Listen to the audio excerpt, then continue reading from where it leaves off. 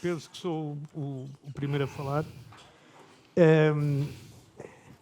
O meu papel é relativamente simples, porque as pessoas que estão aqui são das que mais sabem sobre o assunto do património cultural, e eu apenas tenho que fazer uma pequena introdução. Toda a gente conhece o Dr. Luís Raposo, que é do ICOM. ICOM. ICOM parece que está a comer. Portanto, ICOM, que é uma associação de museus que vai do Atlântico aos Urais e chega a Israel. A Israel também. Segundo eu aprendi agora. Portanto, Israel é como na Eurovisão, faz parte da Europa. E o Dr. Guilherme Oliveira Martins, que além de ser da casa desta, é de outras casas também, não é? Nomeadamente é professor, já toda a gente conhece, e particularmente eu conheço há tantos anos que acho que é melhor a gente não dizer há quantos anos nos conhecemos, porque parecemos mais novos do que aquilo de que depois vocês pensariam, que era quando o Guilherme fazia crónicas para um jornal onde eu trabalhava e passava férias em Boliqueime e mandava cartas escritas à mão, ainda somos desse tempo, vejam bem, que é uma história antiga. Também, como sabem, eu penso que este é o terceiro livro, depois corrigir-me-á, penso que é o terceiro livro que escreve especificamente sobre o património, né? Tem os encontros com a história, e o outro eu tenho aqui o nome, mas não vou agora... Vou procurá-lo só para verem que eu fiz o trabalho de casa. Encontros com Património, Herança e Memória, que é o primeiro. Depois é que é o Encontros da História, que também é dedicado ao Encontro da História. E agora, finalmente, para a Fundação Francisco Manuel dos Santos, fez um livro que eu, pessoalmente, também li e reputo muito interessante e atual. Estávamos até a acusá-lo de ter estado por trás de algumas propostas que surgiram no Parlamento sobre património para poder responder antecipadamente à polémica com este livro, mas enfim, não é o essencial do livro, nem é disso que vamos tratar.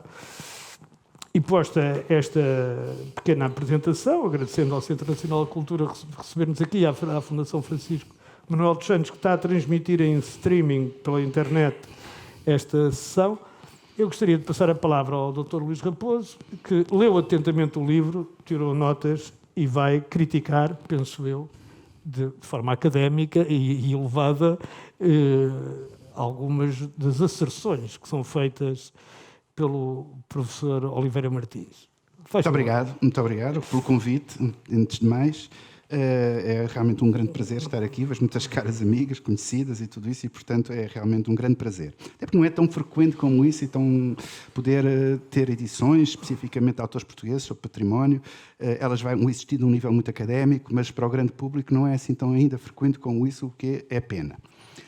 Bom, e de facto trata-se de um livro que bem merece, e a crítica é tanto a positiva como a negativa, portanto crítica no sentido de avaliação de um leitor atento, como fui, aliás demasiado atento, porque provavelmente não vou poder amassar-vos com todas as notas que eu tirei, capítulo a capítulo, diria. O livro, em primeiro lugar, qualquer livro, quando nos chega à mão, e eu sou daqueles que ainda gosta do livro como peça, como objeto, não é? E não dispensa a leitura em papel em relação à outra, a virtual, que aliás me cansa e torna-te um bocadinho enfadonha. Quando começamos a olhar para um livro, a primeira impressão que nos pode vir à cabeça, errada, mas é quase fatal como o destino, isto é um livrinho, 100 páginas, portanto, de formato de bolso, pequenino, portanto, um livrinho, enfim. Ora, já devíamos, e eu próprio começo por mim, com a idade que tenho e as leituras que fiz, ter idade suficiente para afastar por completo esta quase inevitável primeira impressão face a um livro, quando se folheia pela primeira vez. Porque os livrinhos, ou os livros, não se medem às páginas como os homens não se medem aos palmos. E, de facto, estamos perante um senhor livro. Embora com esta intenção declaradamente popular, de todos podermos entender e ter prazer na leitura, e abreviado, resumido, dentro do limite que a própria coleção impõe. De resto, a coleção não é por acaso que é o 100º livro na coleção, isto provavelmente, seguramente tem um significado, e é toda uma coleção que nos tem marcado, não é?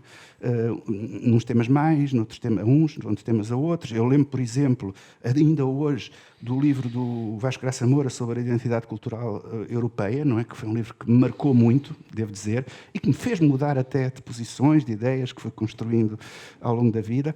E, portanto, é isto que é o gozo, como dizia Leite Vasconcelos, começo por evocar já o patrono da casa onde trabalhei e trabalho durante décadas já, é o gozo último da vida, não é? Quer dizer, é o confronto com as ideias, e nós podemos, nós próprios, mudar as nossas ideias. São 12 capítulos, breves, de leitura simples, e não obstante eruditos, mas da erudição simples, da erudição que não é para nos tornar complicada a leitura e esmagar. Não. Surge naturalmente a citação dos autores, surgem naturalmente ao longo do livro. Os capítulos de 1 a 5 eu entendi-os e li-os numa perspectiva quase de introdução global às matérias, ao tema. Depois os capítulos 6 a 9 destacam e desenvolvem a chamada Convenção de Faro e por cause. Compreende-se porquê, por várias razões, que já se tiver ocasião adiantarei alguns. E depois os capítulos 10 a 12 são como conclusivos. Depois há uma bibliografia sumária, mas muito inspiradora, e há um apêndice documental com a chamada Convenção de Haia, do pós-guerra, de 54, portanto, do início da nova ordem jurídica internacional, e a Convenção de Faro, já antes referida. Se eu quisesse condensar, como às vezes perguntam dos jornais, assim, numa palavra, ou na televisão, pior ainda, diga o que é que pensa sobre este assunto. E quando o assunto é muito complexo, nós ficamos um bocado atrapalhados. Mas se isso me fosse perguntado, eu diria que é interpelante, a palavra que me vem à cabeça. Foi um livro que me interpelou constantemente. Constantemente porque eu fui buscar, ao baú das minhas memórias, autores, referências, onde algumas daquelas ideias eu já tinha visto, ditas de outra maneira, além daqueles que o próprio autor cita, claro, não é? E, portanto, abre janelas em muitas direções e isso, digamos, que é o melhor elogio que eu, para mim, posso fazer a um livro. Além disso, é numa linguagem, como já disse, simples, mas ao mesmo tempo gostosa, algo literária. E é difícil fazer uma prosa poética ou paradigmática, como se dizia na gramática generativa, em ciência e em termos técnicos. Tendemos a ser muito secos, de tal modo que muitas vezes acabamos por ser enfadonhos. É também um livro onde raramente um subtítulo, para mim, foi tão bem aplicado como neste. Normalmente o subtítulo pode ser uma referência poética, mas aqui não. A realidade viva é, de facto, algo que é, eu diria, uso a palavra portuguesa, matraqueado ao longo de todo o livro. É uma coisa extraordinária. Eu tenho citações atrás umas das outras, praticamente em todos os capítulos, em que esta ideia de realidade viva é o leitmotiv do autor e do livro. No primeiro capítulo, que se chama Compreender a Memória, há um conspecto geral sobre o próprio conceito de património cultural e logo aqui se esclarece a ideia das pedras vivas, citando e retomando Rabelais e citando, não é, quando ele refere as pedras mortas e as pedras vivas, não é? Mas eu, por exemplo, foi uma das primeiras interpelações ao ler isto, ao ler a evocação de Rabelais. Lembrei-me de um outro autor, o Alois Riegel, com o culto moderno dos monumentos, ou seja, início do século XX, onde também precisamente fala nestas questões, nestas matérias, na amplitude do conceito de património. E por exemplo, ideias como respeito mútuo, cooperação responsável, aparecem logo no primeiro capítulo, como depois aparecem mais para a frente, quando se fala na responsabilidade do património em termos internacionais. E tão oportuno que é agora falar disto, nestes dias. O conceito de património como não apenas a grande catedral, mas a choupana, os artefactos e os ecofactos. Por exemplo, achei deliciosa a referência à borboleta monarca. Que é, saberão muitos amigos, não é? Um ícone nacional da Costa Rica. E no Museu Nacional de História, basicamente, da Costa Rica, começa-se por um borboletário, entra-se no museu através de um borboletário, das borboletas monarca. Portanto, é património vivo, mas com valor identitário, cultural para aquele país também. A culinária, até as plantas têm memória. E a referência aos jacarandás, que eu não tinha percebido, é deliciosa mesmo.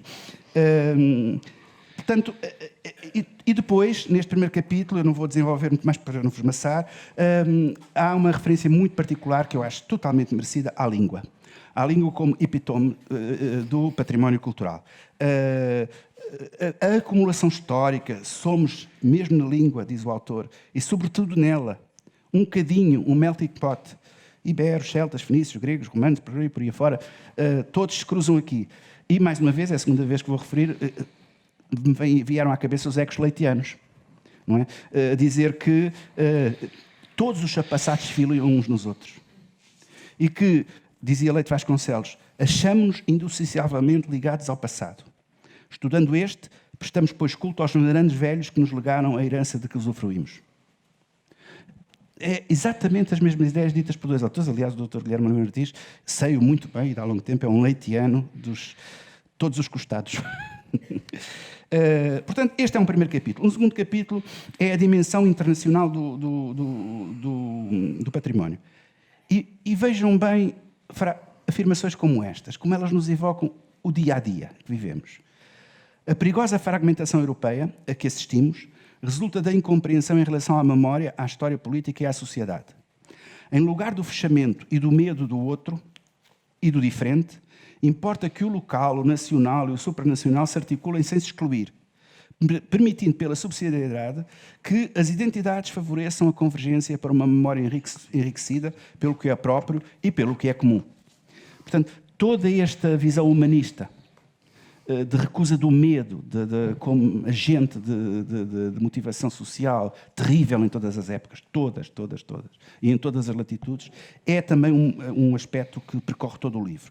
Logo aqui neste segundo capítulo fala-se em várias cartas internacionais e convenções que regulam o tema do património, começando com a de 54 e até antes, porque vai à Carta de Atenas, de 31, e depois até às mais recentes, atuais. E, reparem, quando se apresentam estas várias cartas, sumariamente, evidentemente, diz isto: importa deixar claro que, desde as suas origens, o conceito cultural de património se apresenta mais fecundo e dinâmico, e não centrado no passado. Esta ideia de que o património cultural é um assunto do presente, não só e do futuro, não é? De resto, mais à frente, aqui num outro capítulo, também nota, é no terceiro capítulo, o Dr. Guilherme Alvarenteiro cita a conhecida, digamos, alegoria do tempo de Santo Agostinho, dizendo que só há presente no final. Há um presente passado, um presente presente e um presente futuro. Nós vivemos um presente e é a partir do presente que olhamos para o passado e é a partir do presente que perspectivamos o futuro. E, portanto, é muito interessante. E, portanto, esta ideia de que o património cultural não é uma realidade do passado, é uma realidade viva do presente e com projeções para o futuro, é também algo que está permanentemente aqui referido.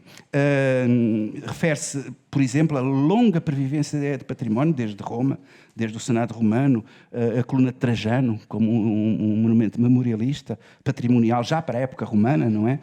E por aí afora, ao longo de todos os tempos, até aos casos até de agressão ao património, como Dubrovnik, que é citado. Eu lembrei-me, por exemplo, de Palmira. Palmira também é referida. Também é referida. E mais uma, estas conexões, eu, por exemplo, lembro-me de um dia antes destas crises todas agora, circular em Palmira, no Vale do Silêncio, que já é fora de Palmira, como sabem, que é onde estão os túmulos, funerárias, e depois me ter perdido um bocado, fim do dia. Passa uma carrinha daquelas de caixa aberta, que é muito comum. Eu à boleia, com mais alguns amigos, do grupo de amigos do Museu Nacional de Arqueologia, devo dizer, deram-nos boleia e nós estávamos inquietos, porque fez de noite, já não sabíamos bem onde é que estávamos. Olham para nós, quando vimos que as caras eram um bocadinho... Vocês estão com um bocado receosos? Bem, quer dizer, um bocadinho. Não há que ter medo, isto é Palmira, nada acontece. Viu-se. E é um ensinamento para eles, mas também é para nós. Não é só para eles. Bom, e portanto, este capítulo também eu li com muito interesse, esta dimensão do património muito tocante, muito íntima. Por exemplo, eu aqui, o Dr. Guilherme conhece, sabe bem, porque eu já em outras conferências temos estado e já isso não desenvolve aqui, mas eu acho que era interessante até completar o que escreve aqui, por exemplo, com a referência à própria etimologia, que refere, de resto, o serviço do pai, não é? Pater munus. Mas porquê é que nós chamamos património ao património e não chamamos matrimónio? E porquê é que chamamos matrimónio ao matrimónio? O serviço da mãe e o serviço do pai? O que é que no nosso espírito, na nossa língua latina, e portanto toda a evolução que temos desde a antiguidade e que sem querer nos molda, não é? O que é que está por trás? Um é mais da esfera privada, outro é mais da esfera pública.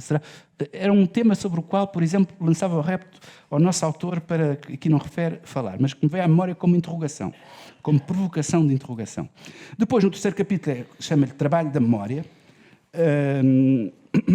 e eu, deste capítulo, cito ao Paulo Ricoeur, muito bem, com a ideia do tempo da alma, como trabalho o dever de não esquecer, e apresenta aqui logo, e depois em várias partes do livro de outra forma são apresentadas, digamos, postulados, condições, requisitos para a fruição e o entendimento saudável do património. Diz o seguinte o Dr. Guilherme neste terceiro capítulo: as fontes de conflito centradas na identidade e na memória devem ser superadas através de A.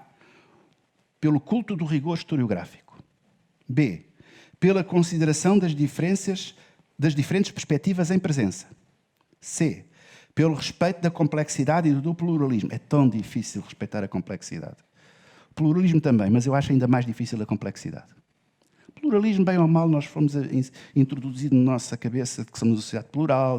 Agora, a complexidade dos assuntos é tão difícil respeitá-la e entendê-la e incorporá-la no nosso pensamento. Pela partilha, D, pela partilha de responsabilidades, e E, pela articulação equilibrada entre conservação e criação. Esta ideia também, conservação e criação, este binómio, que não é dicotómico, é complementar, é também muito interessante referido no livro. O quarto capítulo é Património Cultural, Dever de Todos. E aqui, pela primeira vez no livro, o autor refere o Ano Europeu do Património Cultural em 2018, em que nos cruzámos e que tivemos histórias muito interessantes, muito engraçadas. Eu devo confidenciar o seguinte: toda a gente conhece muitos, eu não quero ser presunção e água benta, cada um tem que usar o que quer. Admito que muitos dos que estão aqui me conhecem. E sabem que o meu percurso é de militante, e não de ativista. Eu distingo entre militante e ativista, de militante das causas do património. E do lado muito da sociedade civil. É uma opção. Foi uma opção. Desempenhei cargos oficiais, mas aqueles que em cada momento... E aqueles da casa, à cuja mobília pertence, quase. Pouco mais do que isso. Portanto, é do associativismo, do espírito associativo, do associativismo, é essa. Mesmo o ICOM é uma organização não governamental do Sistema das Nações Unidas, que, aliás, como o Dr. Oliveira Martins cita e refere mais à frente no seu livro. E quando, neste Ano Europeu do Património Cultural, se entendeu, e entendeu muito bem, que devia haver dois pilares, o pilar da sociedade civil e o pilar dos governos, das estruturas governamentais, com representantes de ambos. Eu estava a representar os museus, o mundo dos museus, dos profissionais de museus na Europa. O Dr. Guilherme Martins ia muito bem representar o nosso Estado, o nosso país, não é? E quando nós, em confidência que cometo, que já cometi ao próprio, quando nos encontramos e nos saudámos efusivamente lá, em Bruxelas, naquele ambiente associativo, em que a seguir um ao outro, quase todos os meus colegas de outros países, dos vários países da Europa, vinham dizer: e aquele delegado oficial do governo, do Estado, na realidade, muito, daquele país, nem conhecemos, nem sei, não trabalha em património, não sei quem é um político de turno, é isto, é aquilo, todos. Quando chegou a minha vez, eu disse: nós tivemos o bingo, porque realmente é espetacular, temos a pessoa que melhor podia ser o representante. E de facto, fizemos uma sintonia perfeita, não é? Ao longo, em favor de... eu não tenho nada a ver com o êxito, mas em Portugal foi de longe, aliás, num êxito tal que eu, com o meu espírito cético nestas coisas, tenho as minhas reservas analíticas, mas Portugal conseguiu ter cerca de 10% das iniciativas totais feitas na Europa no Ano Europeu do Património Cultural. Foi uma coisa extraordinária. Aqui no livro, o Dr. Oliveira Martins apresenta um argumento que eu não tinha pensado, por acaso não me lembro de termos falado sobre isso, que é a importância que teve a rede de bibliotecas escolares no Ano Europeu do Património Cultural. Admito que eu não tinha pensado nisso e é um dado que tenho que introduzir no meu raciocínio. Porque, de facto, à partida, mas, desculpem o plebeísmo, que raio, um país como o nosso, pequeno, vai ter tantas iniciativas assim, 10% das iniciativas europeias, que foram 1.500 iniciativas que nós tivemos em Portugal durante o Ano Europeu do Património Cultural. Confesso que fiquei um pouco... E até porque tinha presente um dado que nós não podemos escamotear. O Dr. Guilherme sabe muito bem, porque me falou e comentou um texto que eu escrevi sobre o assunto, que é como é deplorável para Portugal o Eurobarómetro sobre património cultural, que foi feito a propósito do Ano Europeu do Património Cultural. Nós somos os primeiros, primeiro, segundo ou terceiro, estamos no pelotão da frente em tudo o que são indicadores proclamatórios. Achamos que o património cultural é absolutamente importante. Somos os segundos a dizer que temos orgulho do nosso património cultural. E por aí afora, por aí afora. Mas em indicadores de real compromisso cívico, do género, já visitou algum museu no último ano, contribuiu com alguma coisa para no sítio onde vive, para o património cultural, somos os últimos, sempre. Ou o último, ou o penúltimo, ou o antepenúltimo.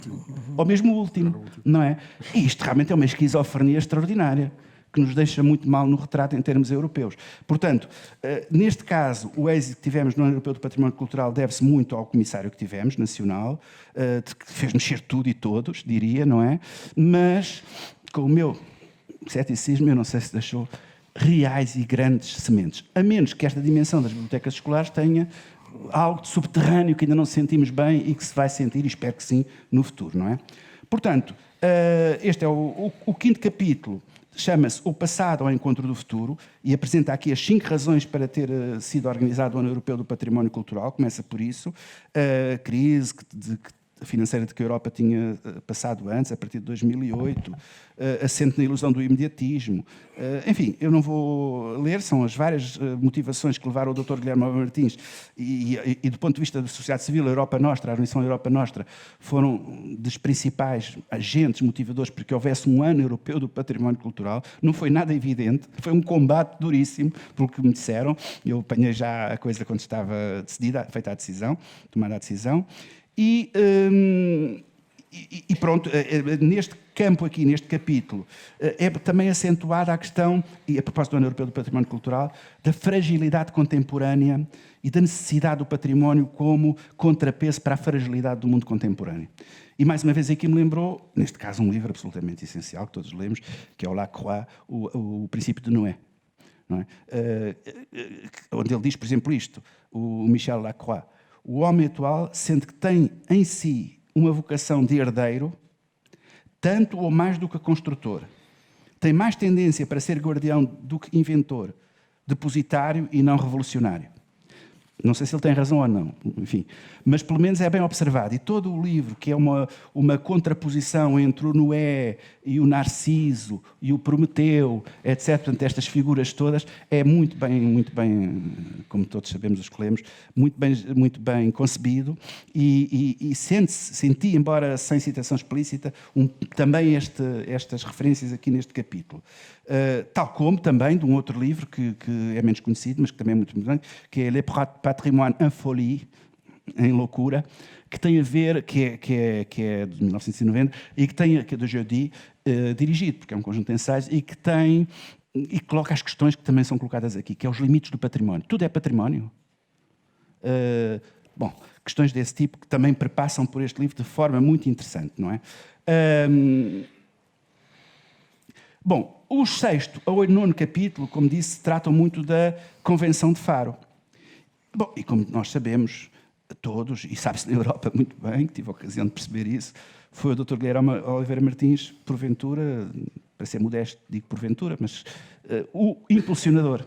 Foi, aliás, o responsável, o coordenador do grupo que procedeu à redação final da Convenção, chamada Convenção de Faro. Ela é em Faro porque houve, com certeza, algum português que ajudou a que fosse numa cidade portuguesa. E esta Convenção de Faro, de 2005, é absolutamente extraordinária. Eu, quando estive agora, e já antes tinha tido consciência disso, porque é uma convenção, contrariamente à maior parte, não quero dizer todas, não quero exagerar, mas a maior parte das convenções que são textos bonitos, mas um bocado de letra morta, esta não é um texto vivo. Até se fala, eu já tive em vários encontros na Europa, em que se fala no espírito de Faro. Tornou-se comum falar assim. Porque há conceitos novos. Eu estive a fazer um apanhado, até utilizei um site da DGPC, que está aqui a diretora-geral e minha amiga, que eu aproveito para cumprimentar. Há dezenas, 30 e tal, 40 convenções desde 54 até agora. Há muitas convenções internacionais, é uma coisa que nunca mais acaba. As duas mais importantes são a de Haia, que dá origem também aos próprios escudo azul, e à ideia do escudo azul, que é aqui citada, a de 54 da Haia, mas que é uma convenção fundamental, até pelo escudo azul e tudo isso. Mas devo dizer que não é tão operacional e tão sentida no dia-a-dia como esta. Agora, não é só por esta ser mais recente, é porque são outros conceitos. E também porque a Convenção de Haia, não nos enganemos, Portugal só subscreveu plenamente a Convenção de Haia em democracia, e tardia, em 2000. Os Estados Unidos da América do Norte só subscreveram a Convenção de Haia em 2009. Uma desconvenção de 54. E depois do escândalo do Iraque, de Bagdá, do assalto aos museus e todo aquilo que originou como saque das antiguidades de Bagdá, com tropas americanas a assistir e a ver. Não sei se a participar, não quero dizer isso, mas pelo menos a assistir e a ver. Portanto, esta Convenção de Haia, que é fundamental, ainda continua a ser uma... E neste momento é assinada por pouco mais de 100 países, em pouco menos de 200. Portanto, ainda há muitos que não a subscreveram plenamente. Não é? Bom, porque é mais, diria, mais política no sentido tradicional do termo. A Convenção de Faro não, é mais cidadã. E isso faz toda a diferença. Há um conjunto de conceitos novos que a Convenção de Faro introduz, na perspectiva da dinâmica do património, como a cooperação responsável, as comunidades patrimoniais, que são conceitos novos que envolvem muito os cidadãos. Eu tive a ocasião de participar no âmbito, e depois tem todo um conjunto, aliás, o Dr. Oliveira muito bem, já está a pensar no futuro, e diz que seria desejável a Convenção de Faro se desenvolver para um plano europeu para a gestão durável dos recursos patrimoniais. Oxalá, utilizando o termo de origem árabe, que nós galhardamente utilizamos. Portanto, é uma convenção muito ativa, que continua a ter, por exemplo, dava-vos um exemplo, uma das iniciativas em que participei, da Convenção de Faro, do seguimento da continuidade no espírito de Faro, foi na sequência daquele enorme terremoto, absolutamente em Áquila, no centro dos Apeninos italianos, que destruiu imensissimamente aquelas aldeias, aquelas vilas todas por ali afora. Bom, toda a reconstrução, 10 anos depois, onde eu visitei com outros colegas do Conselho da Europa e do ICOM e do ICOMOS, no âmbito de Faro, do espírito de Faro, era o espírito de Faro que presidia, não é? As comunidades tinham-se organizado e era a Convenção de Faro que era utilizada por aquela gente toda como referente para o trabalho que estavam a fazer. Portanto, é realmente uma convenção que apela muito ao espírito cidadão e da sociedade, e da participação da sociedade. O 10º, estou a caminhar para o fim, não quero ser demasiado enfadonho e longo. Os últimos capítulos, como disse, para mim entendi-os um bocadinho como quase de síntese da matéria. O 10º é sobre Portugal, o património de Portugal e o património cultural. E aqui, referida à lei de bases de 2001, não é muito referida, se calhar, mas escapou-me a anterior, a de 85, que dá origem à de 2001, e é importante, a de 85 também muito importante. Há um conjunto de princípios na nossa legislação, na nossa arquitetura legal, de nível paraconstitucional, como são estas leis de bases, do património, que nos deve orgulhar muito e que não é comum na Europa, que é a participação cidadã no património. Eu arguí há 2 anos uma tese, que foi agora editada em livro há meses, não é? Já há algum tempo, sobre o papel das associações, do espírito associativo na defesa do património. Uma das coisas que me surpreendeu nessa tese foi que, não sei se está aqui a Sofia, que foi a autora, não consigo quase ver, mas é que ela fazia o levantamento, e foram centenas de associações, o chamado, para que nós que vivemos essa época dos anos 70, dos finais dos anos 70, início dos anos 80, o chamado movimento das ADPs, Associações de Defesa do Património. Eram centenas pelo país. E quando a Sofia faz a lista, verifica uma coisa extraordinária.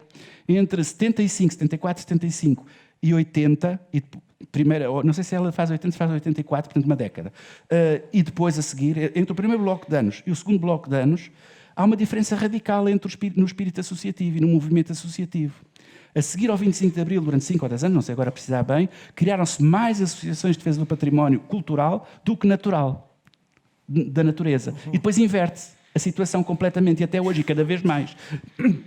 Em parte porque a natureza passa a ser um tema mais candente, mas em parte porque há a legislação europeia de enquadramento e porque, convenhamos, o Estado apoia muito mais o ambiente e a natureza do que a cultura e o património cultural.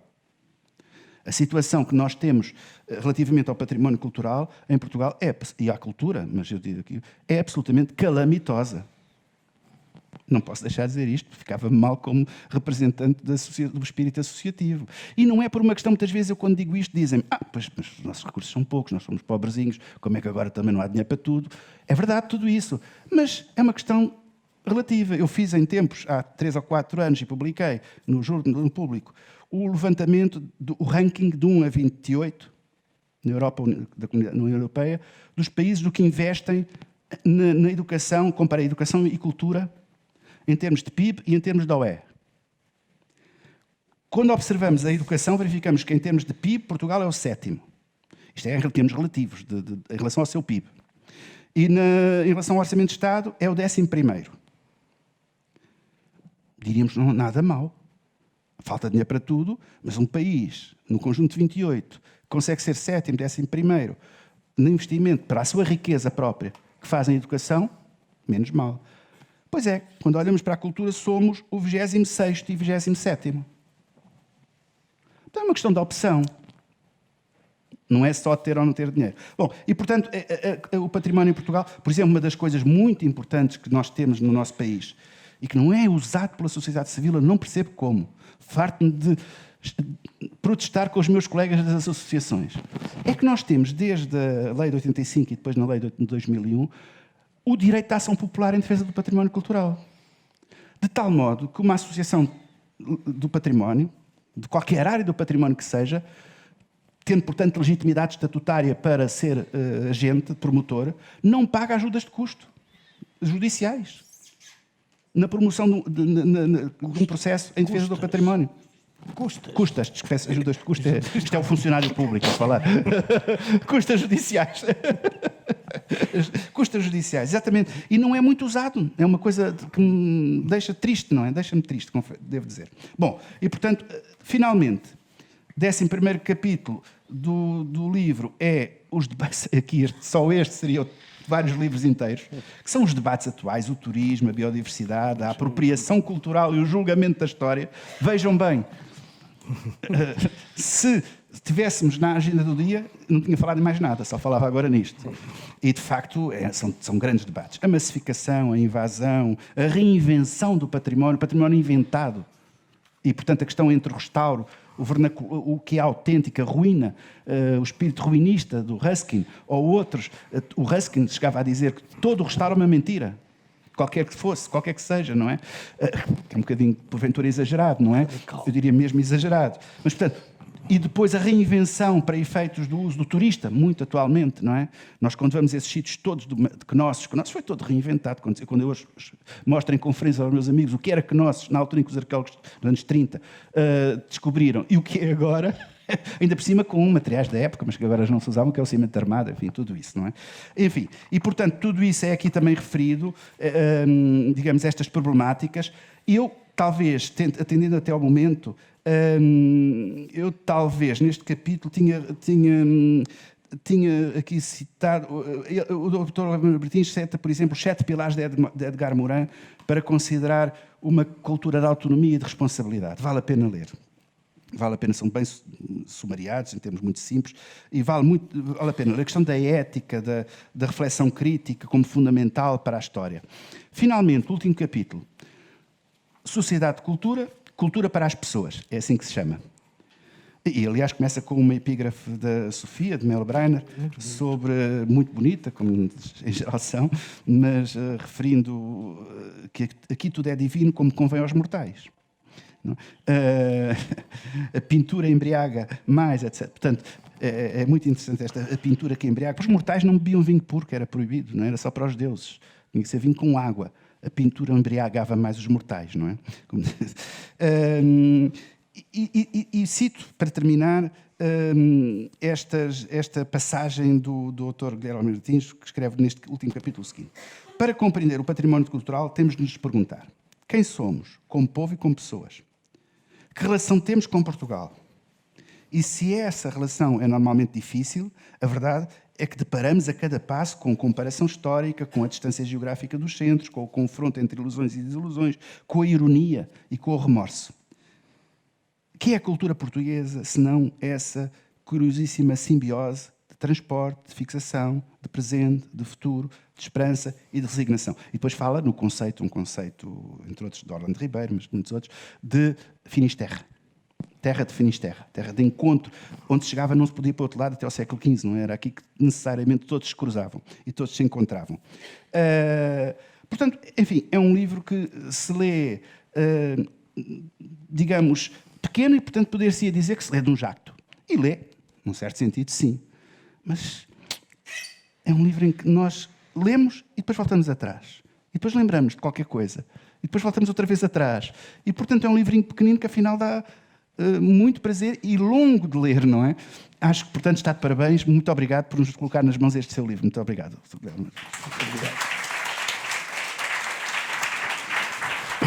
Muito obrigado, Dr. Luís Raposo.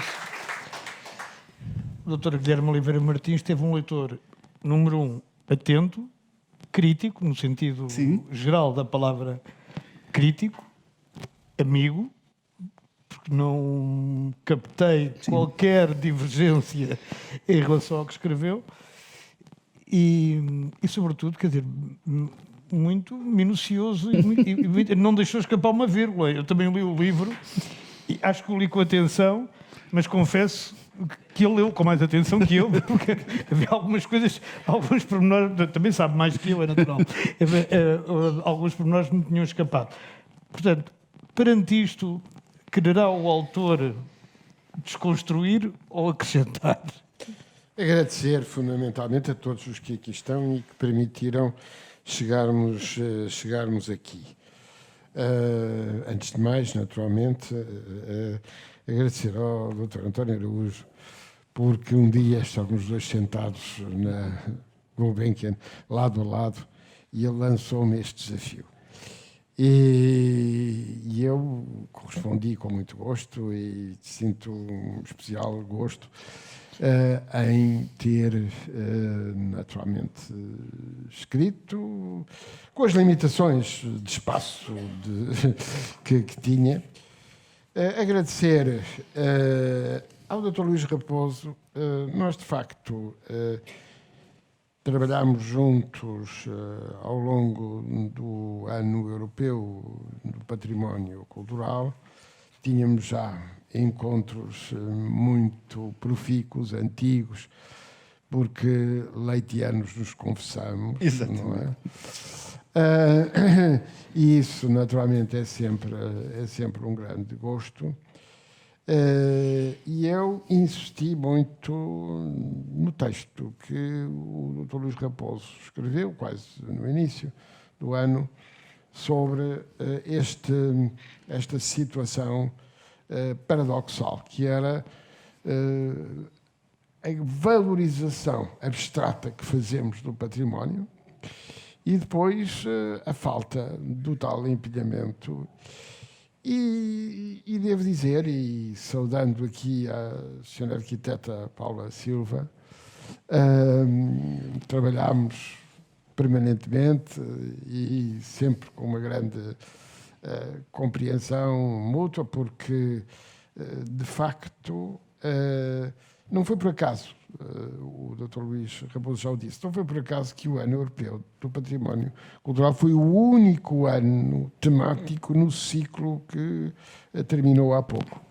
Porque, exatamente como o Dr. Luís Raposo referiu, em virtude de um tema extraordinariamente grave na Europa, que é o risco da fragmentação, o medo do outro, o medo das diferenças, as questões tremendas que exemplificou e que estão aí exemplificadas. E o caso que foi aqui referido de Palmira é um caso que nos obriga a pensar. E, na minha experiência da Unesco, no final dos anos 80, nunca esqueço, eu relato isso, quando foi decidida a missão de paz a Dubrovnik. Era dirigida pelo escritor Jadot Messon, e quando a embarcação que chegou às imediações de Dubrovnik teve que voltar para trás porque os bombardeamentos não pararam. E quando falamos justamente das convenções e desigradamente da proteção do património cultural, que é no fundo a proteção da humanidade, de facto nós não podemos esquecer que aquilo que também o Dr. Luís Raposo aqui recordou, sobre esse episódio ao cair do dia em Palmira. É verdade. É Palmira, não, nada acontece, não. E um dos aspectos mais graves que eu saliento foi não apenas as destruições absolutamente dramáticas, mas o assassinato do homem que era, afinal, o grande estudioso e a grande referência quando falamos, não apenas de Palmira, mas do estudo relativo a esse período. Devo agradecer, portanto, já falei do Dr. António Araújo, gostaria de saudar, muito especialmente, não está aqui à frente, devia estar, o Dr. Jaime Gama, Presidente da Fundação Francisco Manuel dos Santos, meu querido amigo, homem desta casa, que foi dirigente do Centro Nacional de Cultura, e, portanto, não posso deixar de o saudar muito especialmente com toda a amizade que ele sabe e admiração. A professora Maria Calado, quando se fala da Convenção de Faro, é preciso falar antes de mais, de uma pessoa, que é a Helena Vaz da Silva, e de outra, que é justamente a Maria Calado.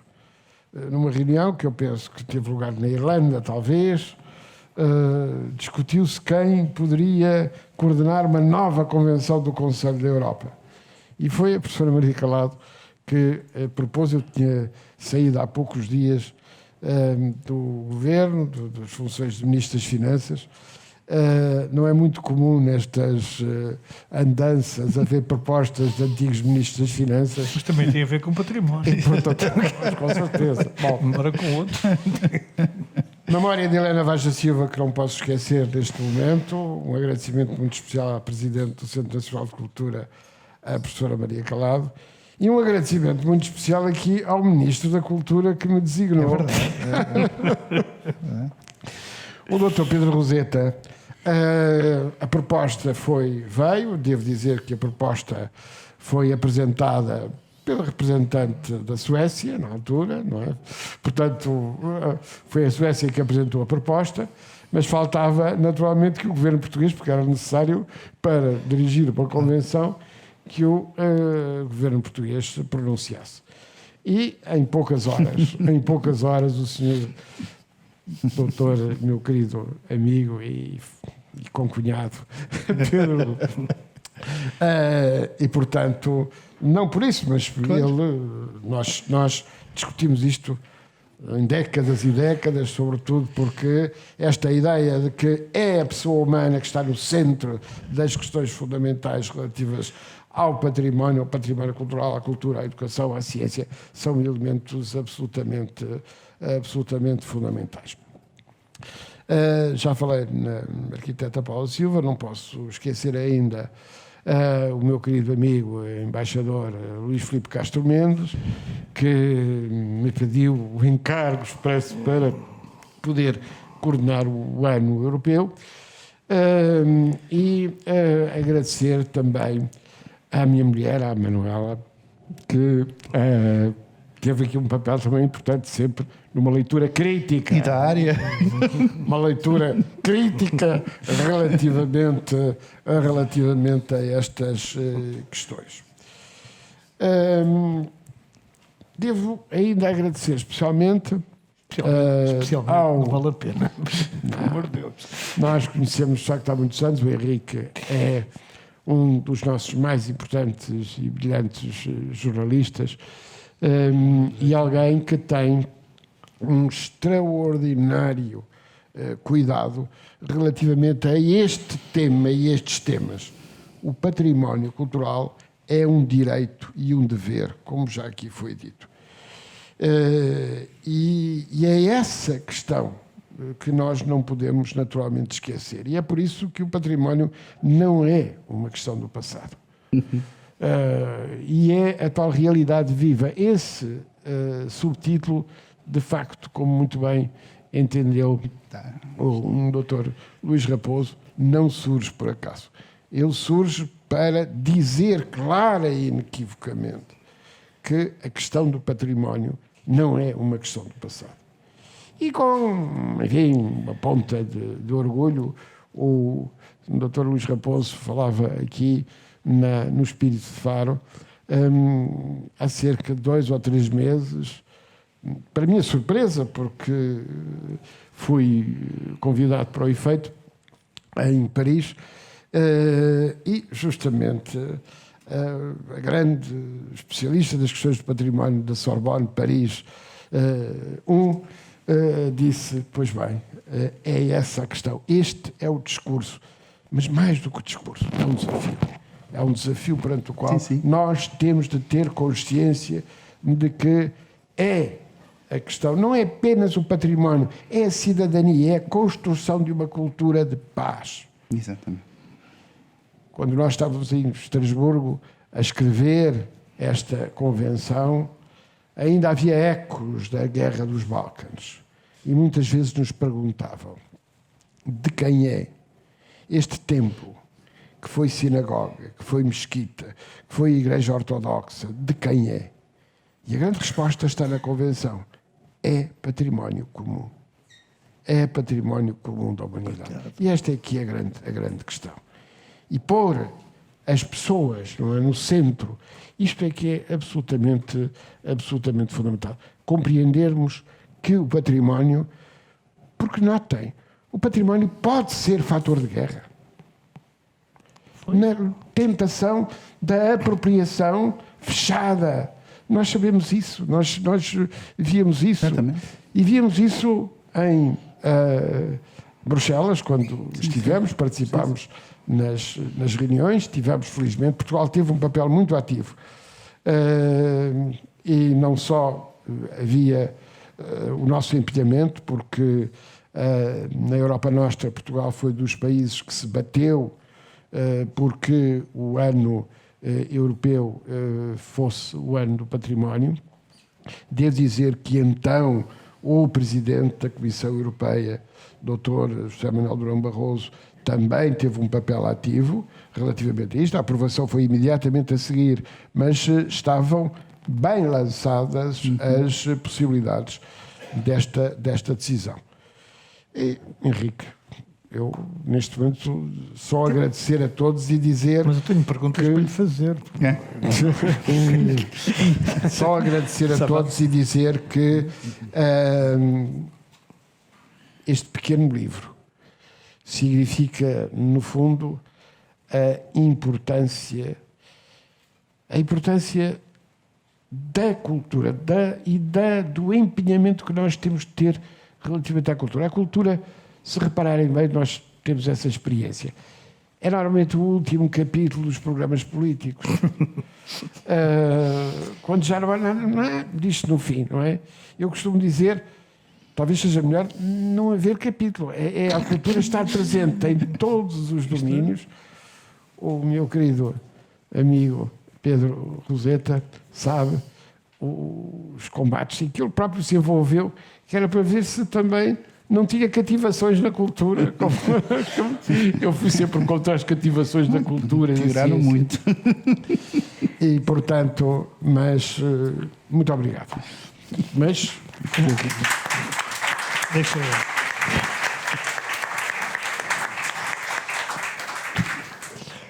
Eu tinha algumas questões para lhe pôr assim, e penso que as pessoas que aqui estão presentes são participantes também e podem colocar as questões. Mas quando comecei a ler este livro antes da vexatio quaestio do problema da devolução, que eu não quero falar. Mas não quero falar, quer dizer, não acho que seja um tema que estamos aqui a discutir, até porque não nos leva a lado nenhum. Mas há uma questão que eu lhe coloco claramente e que me parece que se pode retirar do seu livro, e eu, a propósito disso, no próximo sábado, no Expresso, há uma parte em que falo da morna que eu gosto mais, que é a Lua Nha Testemunha, que é de um autor chamado Cassina Beleza, curiosamente. Beleza. É cantada por Cesária Évora, como quase todas as mornas bonitas de Cabo Verde. E pergunto, isto é património de quem? Quer dizer, é património do autor, naturalmente, é património da cantora, que já faleceu, é património de Cabo Verde, porque é uma música cabo-verdiana, mas também é meu património, que gosto de ouvir. Ou seja, não há património se não houver partilha. Nós nunca temos património se quisermos assacar ao património a propriedade de um grupo, de um país, de um autor, do que for. E falámos aqui de Palmira, falámos de Dubrovnik, em todos temos pena. Podemos falar dos Budas que os talibãs destruíram no Afeganistão. Há imensas dessas coisas que se passam pelo mundo, e eu acho que essa é uma das mensagens mais interessantes do seu livro, porque nesta fragmentação que corre o perigo da Europa, esta história do identitarismo, sendo que o património também é uma parte da identidade de cada povo, de cada região, de cada local geográfico até, que também existe, também não pode ser levado a um extremo em que mais ninguém possa usufruir disso ou que se destrua tudo o que não é isso. E é neste equilíbrio instável que a gente se coloca. Bom, no caso da Móra, felizmente, já é património comum da humanidade. Já é. E, felizmente, eu recordo aqui, com muita saudade, um grande amigo, o embaixador Cursino Fortes, grande poeta, a última conversa que nós tivemos. Foi a propósito do crioulo, da proteção do crioulo, da alfabetização em crioulo e do ensino do português como língua segunda, e essa última conversa que tive com o embaixador Cursino Fortes foi muito interessante, porque ele punha essa questão, a necessidade, o equilíbrio que temos de ter, desigradamente relativamente à alfabetização do crioulo e a sua importância, porque o crioulo para muitos é a língua materna e tem que ser protegida. Para todos só os existe. cabo-verdianos. Sim, exatamente. Mas o que é que e é bonito, além do mais é bonito. Fantástico. Bonito. E o que é que o Cursino me dizia? Atenção, nós temos que compreender aqui que na realidade arquipelágica de Cabo Verde é indispensável salvaguardar que há vários crioulos e que naturalmente é necessário que não se perca a própria ideia, porque o crioulo é uma língua subsidiária do português. Completamente. Nunca me esqueço que o Xarana Guzmão, quando fizemos um grande investimento no português em Timor-Leste, ele dizia: não é pelos vossos bonitos olhos que nós pedimos o português, é que se não houver português o teto morre. E a cultura própria de Timor-Leste morre. E temos que perceber exatamente, nas minhas funções atuais, a Gulbenkian faz um grande investimento, como sabem, desigradamente no português como língua segunda em Cabo Verde, e às vezes as pessoas criticam, dizem: se língua segunda, mas claro, por uma razão simples, é a melhor maneira de salvaguardar o português, e nesta lógica, que é uma lógica de multilinguismo. E nunca me esqueço, com o seu sentido sempre provocador, o meu querido condiscípulo e colega Germano Almeida diz sempre: salvaguardar o crioulo, salvaguardar as culturas, mas eu não faço em crioulo uma conferência em Salvador. Se eu fizesse uma conferência em Salvador da Bahia, em crioulo, ou em Lisboa, ninguém entendia. Portanto, a língua é comunicação, e falar bem a língua. Eu refiro a língua, o património da língua. Muitíssimo. E esse património da língua, como leitianos, nós não podemos falar da importância da língua, da importância da língua. E isso é absolutamente que, curiosamente, o património mais partilhado que nós devemos ter. Exatamente. Sim. Nós portugueses, não é nós. No final do século são 400 milhões. Certo. Um bocadinho mais de 400 milhões de falantes do português.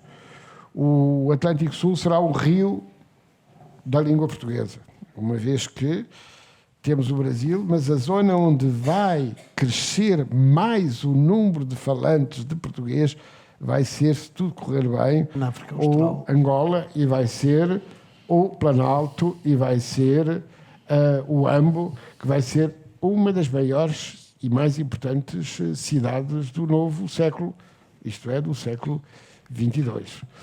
E isto é particularmente importante, uma vez que o património é isto, é a vida, é a realidade, e daí que a aposta na cultura seja absolutamente crucial.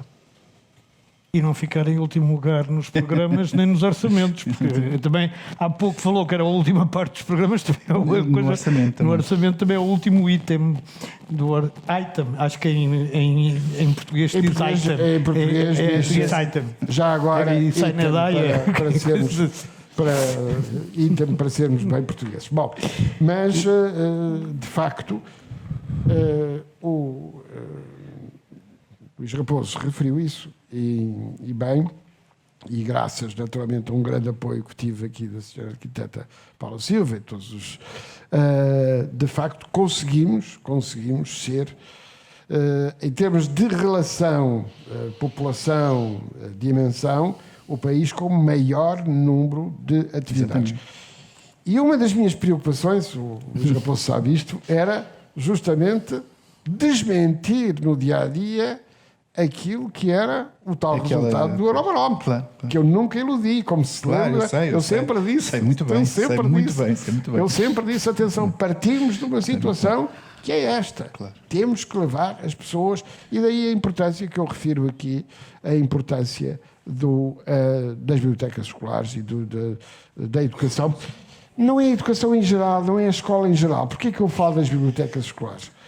Porque as bibliotecas escolares constituem-se em placas giratórias onde os professores se podem encontrar. Sim. Eu devo dizer que das maiores frustrações da minha vida tem a ver com a experiência da formação cívica. Porquê? Porque quando se cria um tempo específico para a formação cívica, o que é que acontece? Com toda a boa vontade, mas boas intenções ao inferno cheio, o professor chega lá e diz: vocês têm um ponto, não têm? Pronto, então, olha, preparem-se para o ponto da tarde ou para o ponto da coisa. E não tratam, de facto, do que deve ser. Formação cívica é a vida, a experiência, o exemplo. Isso é fundamental. E esse conhecimento é absolutamente fundamental. E por isso o património cultural faz parte dessa formação cívica. E uma das iniciativas que me foi proposta e que nós desenvolvemos e que vai continuar, foi-me proposta pela doutora Isabel Alçada, com a sua experiência, foi propor às escolas que escolham um elemento do património próximo e um elemento do património distante, para dar esta ideia de que é preciso conhecer aquilo que está à porta, mas simultaneamente pensarmos que há outras culturas, há outros países, há outras referências, quer no património material, quer no património imaterial. E isto é particularmente importante. E, portanto, a Morna é hoje, felizmente, e é uma referência absolutamente fundamental. Diga-me só uma coisa, há alguma ideia sobre quanto é que o país gasta em cultura? Quer dizer, porque nós temos sempre a ideia do Orçamento de Estado. Além do Orçamento de Estado, há as autarquias. Muito mais. Que gastam muito mais que o Orçamento de Estado, penso eu. Claro que sim. Embora também se possa discutir em que tipo de cultura é que gastam, mas isso já são outros 500. Agora, se é com o Fuctório ou com o Tony Carreira ou com outra coisa qualquer, bem, enfim, já é outra discussão. E depois também há, naturalmente, as fundações, várias, centros como este, associações, aquilo que o Dr. Luís Raposo dizia, a iniciativa cidadã. Sim. Há alguma estimativa sobre quanto é que isso vale, digamos, em termos... Quando há dias o Luís Caetano, da Antena 2, me perguntava, e então se abre 1%? Bom, 1% é só no Orçamento do Estado. Sim. E nós aí temos, naturalmente, que ser ambiciosos, não é? Mas quando falamos verdadeiramente do investimento da cultura, nós falamos da cultura, da educação e na ciência, não é?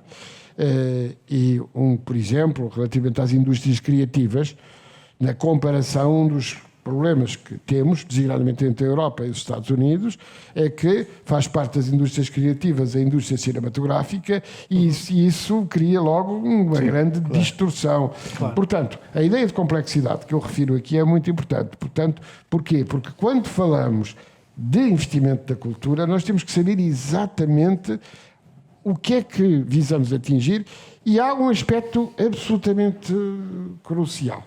Estão aqui colegas meus que eu encontrei com muito gosto no Tribunal de Contas, senhores conselheiros, e a preocupação de saber qual o resultado. Um investimento, que resultado tem? Isto é muito importante. Esta ideia de avaliar, saber. Para quê? Para não haver desperdício. Para combater o desperdício. E combater o desperdício é utilizar melhores recursos. Os recursos são sempre escassos.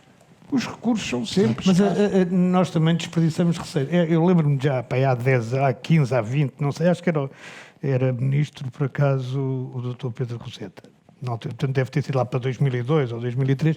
Eu escrevi uma coisa no Expresso, que é para visitar o Museu Nacional de Arte Antiga, que todos concordarão que é um excelente museu que é em Portugal e que, enfim, a coisa mais difícil que é arranjar lugar para o carro ou arranjar um transporte para lá.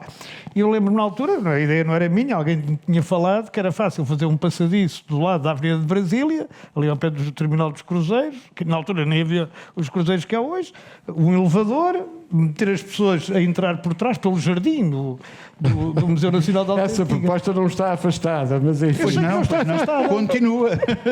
Mas quer dizer, concordarão comigo. É um bocadinho de tempo demais. Um bocado de tempo demais. E outra coisa, quer dizer, e é um bocado de dinheiro que estamos a deitar à rua, porque não há, dos milhões de turistas que hoje vêm a Lisboa, gostava de saber quantos entram naquele museu. Porque um autocarro daqueles que os leva a todos, são 40 ou 50, não consegue estacionar na Rua das Janelas Verdes. Essa é que é, isso é verdade. A verdade. Quer dizer, o Dr. Luís Raposo sabe isso com certeza melhor que eu. Ou não fosse do ICOM, eu digo sempre ICOM e não ICOM. Eu gostava de perguntar se os senhores têm perguntas a fazer, com certeza que têm, ou intervenções relacionadas com o tema, naturalmente. Dr. Pedro Roseta não tem seguramente tem. Intervenção. Desculpa não me levantar, mas como é visível tenho um problema num pé. Mas é difícil acrescentar-me alguma coisa ao que disseram. Estou perante duas pessoas que conheço há muitos anos, com as quais trabalhei. Até há esse pormenor que nomeei, assim não nomeei, já estava nomeado, mas trabalhei com eles e são pessoas, autoridades indiscutíveis. Um dos pontos que o Dr. Guilherme referiu, um dos pontos que sempre me preocupou, ver a relação do património com o que é essencial, designadamente a pessoa. O património é uma expressão da pessoa humana, na sua pluralidade, na sua diversidade, na sua riqueza, no seu valor e nos seus direitos. E como também se foi dito, e também nos seus deveres. Eu escrevi um textozinho pequeno de uma separata mínima que trata um pouco da proteção internacional do património cultural. Toda a história, como o património cultural, acompanhou as vicissitudes da história humana, desde o tempo romano, desde a coluna de Trajano, as primeiras proteções, depois também muito em Roma, no tempo dos Estados Papais, depois o alargamento aos outros países, algo tardio, e que fez falta, porque foi muito tarde que os países começaram a perceber que, por exemplo, o património cultural não pode ser objeto de ações guerreiras. E depois começaram a interrogar-se porquê.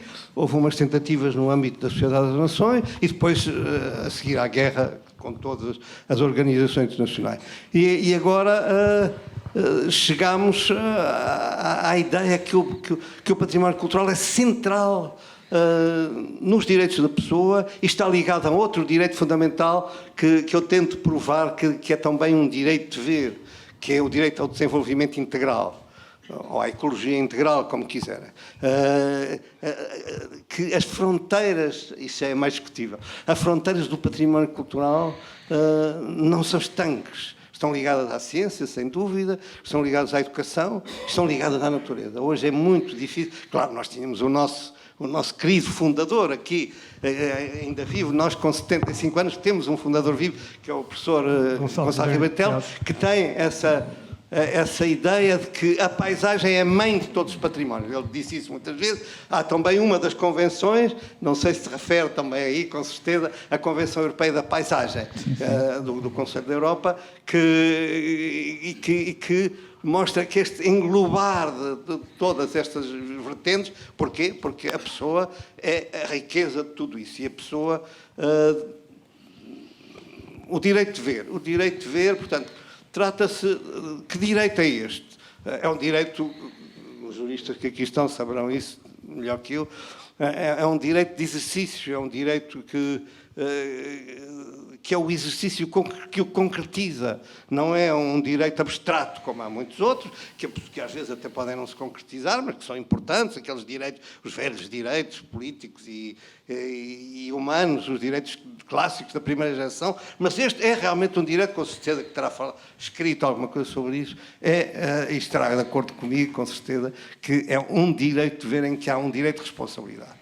Há coisas absolutamente indescritíveis, como, por exemplo, falhas, porque nós temos muito poucos textos, os grandes textos, sobre a responsabilidade.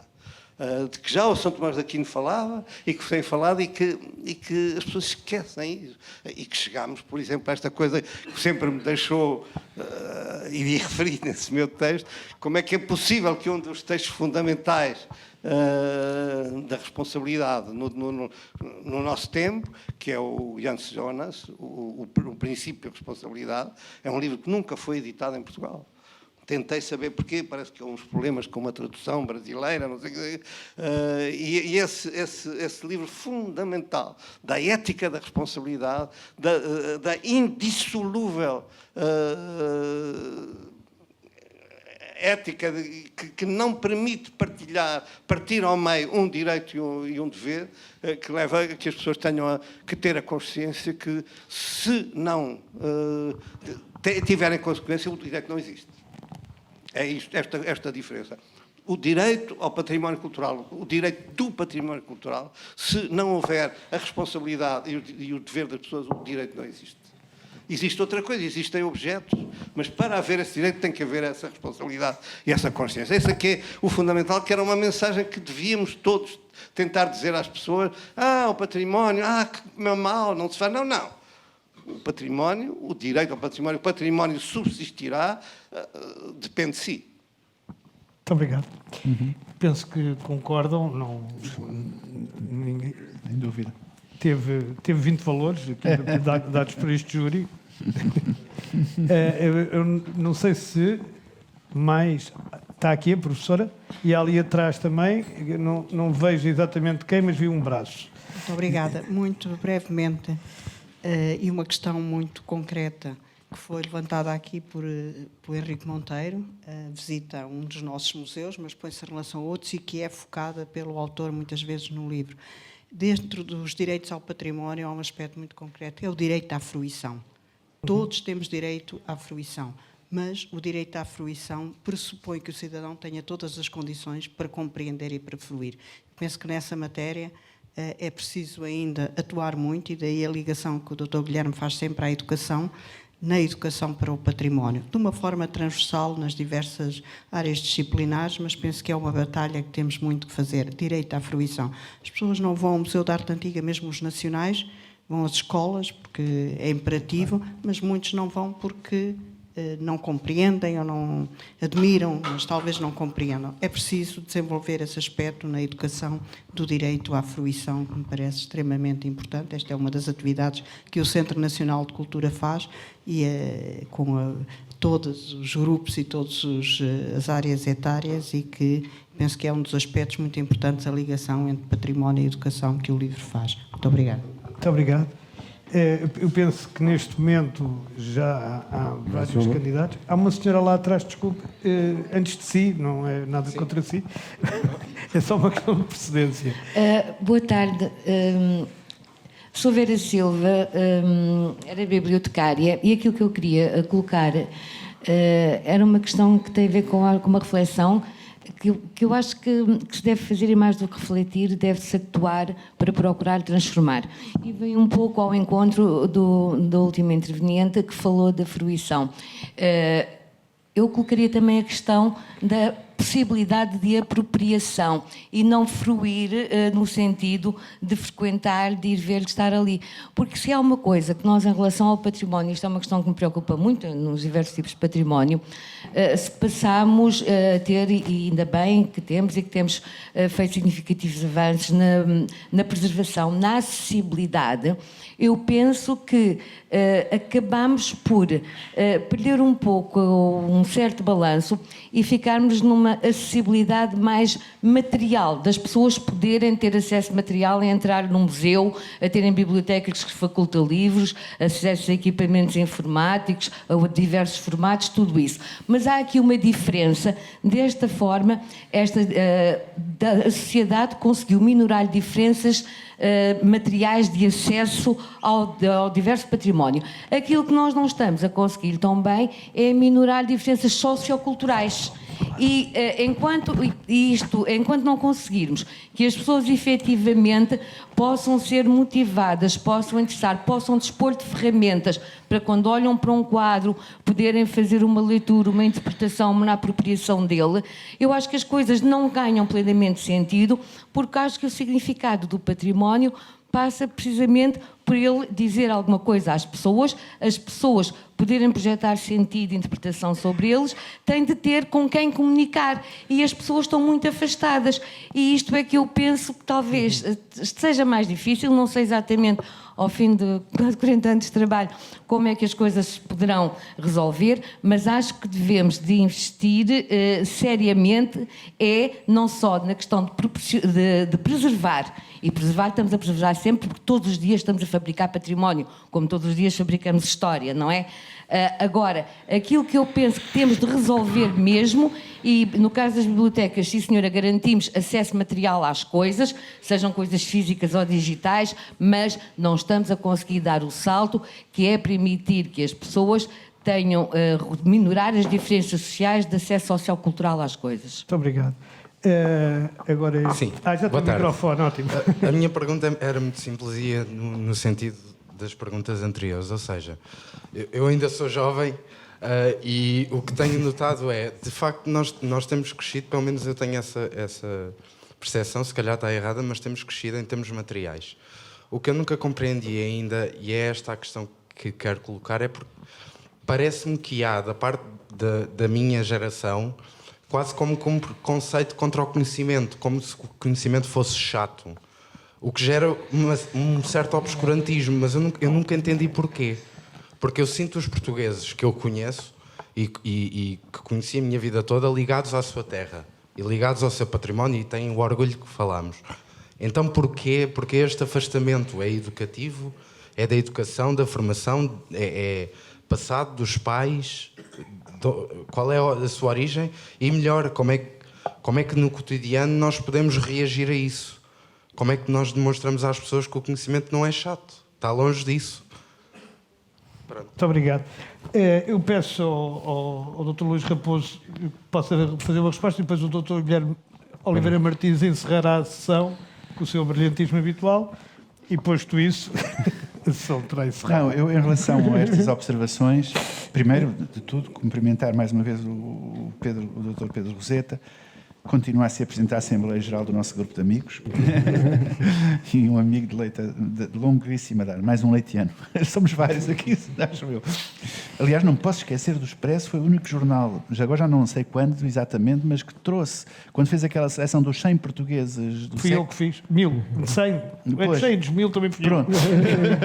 Mas eu estou a falar dos 100. O Dr. Leite Vasconcelos apareceu com honras de capa, logo, como um dos 100, não é? Um dos primeiros dos 100, uma coisa notável. admirável. Portanto, chapou. Foi o António Valdemar que escreveu essa parte.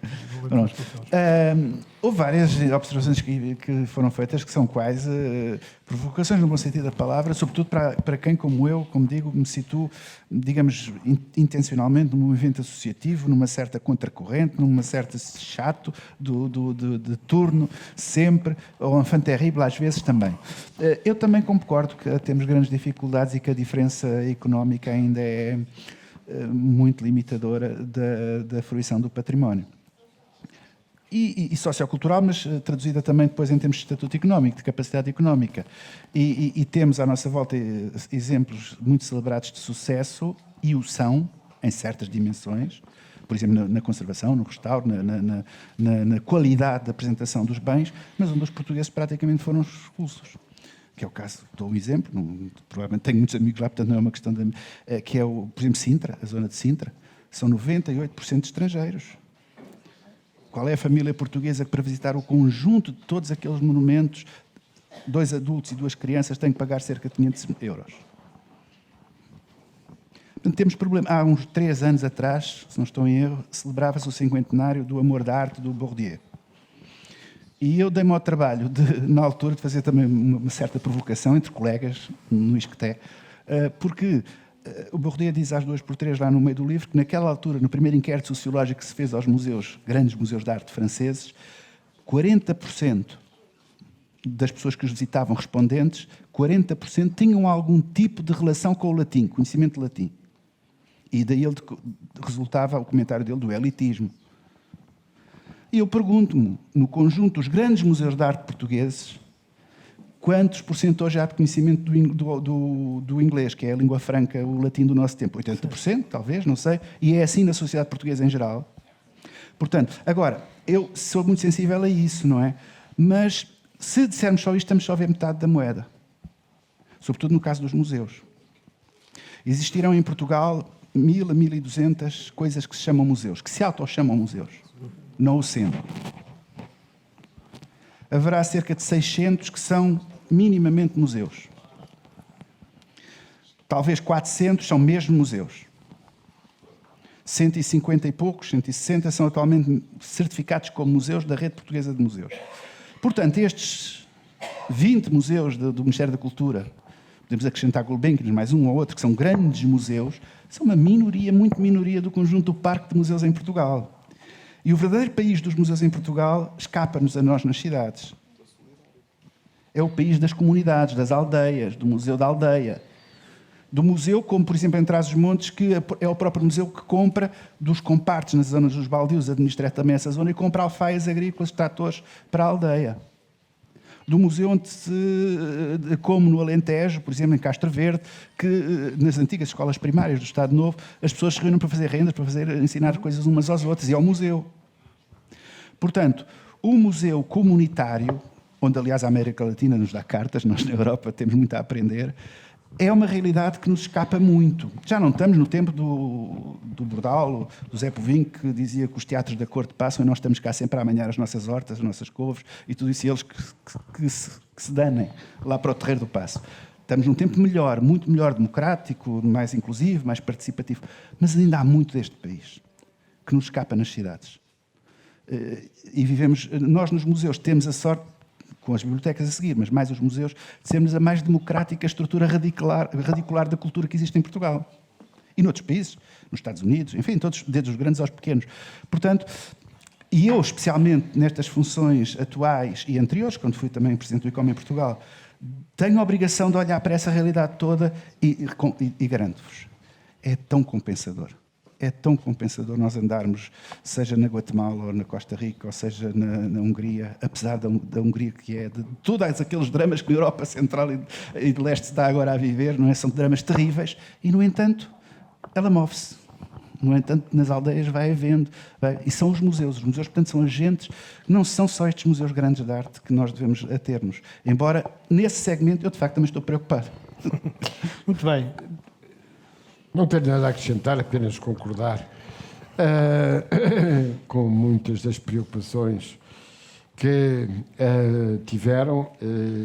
Eu peço desculpa, porque ainda haveria mais perguntas, mas materialmente não é possível porque eu tenho a seguir um outro compromisso e mesmo assim não quero naturalmente iludir a vossa generosidade. Portanto, é dizer, o livro aqui está, não é? As ideias aqui estão. Debater as ideias, refletir sobre elas, temos muita matéria e sobretudo esta questão que o Dr. Pedro Roseta referiu. É um direito e um dever perante o qual nós nos encontramos e que envolve este conjunto vasto de questões. Muito obrigado. Obrigado.